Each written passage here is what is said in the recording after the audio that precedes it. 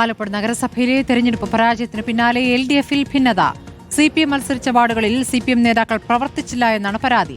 14 വാർഡുകളിൽ CPM മത്സരിച്ചെങ്കിലും 2 മാത്രമാണ് വിജയിച്ചത്. വ്യക്തി താൽപര്യത്തിനു വേണ്ടി നഗരസഭ തുടർഭരണം നശിപ്പിച്ചുവെന്ന വിമർശനവുമായി വാർഡ് സെക്രട്ടറി നവാസ് ബഷീർ രംഗത്തെത്തി. ശരത് എസ് വിവരങ്ങൾ നൽകും. ശരത്, ഇപ്പോൾ LDF-നകത്ത് ഉള്ള ഭിന്നതയാണ് തെരഞ്ഞെടുപ്പാനന്തരം പുറത്തുവരുന്നത്. CPIക്ക് വേണ്ടി പ്രചാരണത്തിന് CPM ഇറങ്ങിയില്ല എന്നുള്ളതാണോ? ഇതിപ്പോൾ ഏതെങ്കിലും ഒരു നേതാവിന്റെ മാത്രം പ്രതികരണമായിട്ടാണോ കാണേണ്ടത്? CPM അതിന് എന്ത് മറുപടി നൽകുന്നു?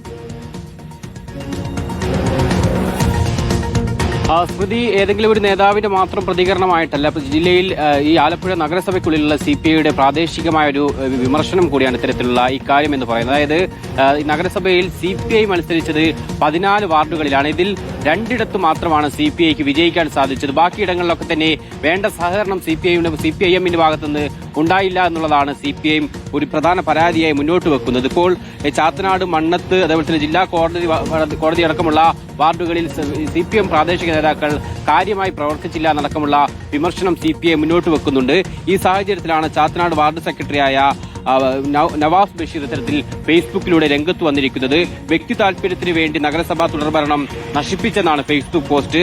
തൊഴിലാളി വർഗത്തിന്റെ നേതാവായി ചമഞ്ഞ് ഒറ്റുകൊടുത്തെന്നടക്കം പോസ്റ്റിൽ വിമർശനമുണ്ട്. അങ്ങനെ CPIയുടെ വിമർശനം കൂടിയാണ്. അതായത് ജില്ലയിലെ ഏതെങ്കിലും ഒരു വാർഡിലല്ല, ഈ പറയുന്നത് പോലെ നഗരസഭയിലെ വിവിധ വാർഡുകളിലുള്ള CPIയുടെ എതിർപ്പ് കൂടിയാണ് ഈ പോസ്റ്റിൽ വ്യക്തമായി കാണാൻ സാധിക്കുന്നത്.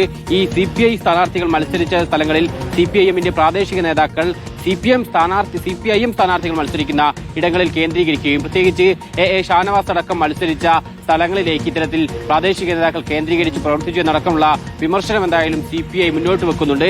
ഈ രീതിയിൽ നേരത്തെ തന്നെ കുട്ടനാട് അടക്കമുള്ള മേഖലയിൽ CPIM തർക്കം നിലനിൽക്കുന്നതാണ്. ഈ സാഹചര്യത്തിൽ ഇപ്പോൾ ആലപ്പുഴ നഗരസഭയിലെ പരാജയത്തിന് പിന്നാലെ LDF-ൽ ഭിന്നതയായി CPIM തർക്കം ഉടലെടുക്കുകയാണ്. ശരി, ശരത് എസ് ആണ് വിവരങ്ങൾ നൽകിയത്.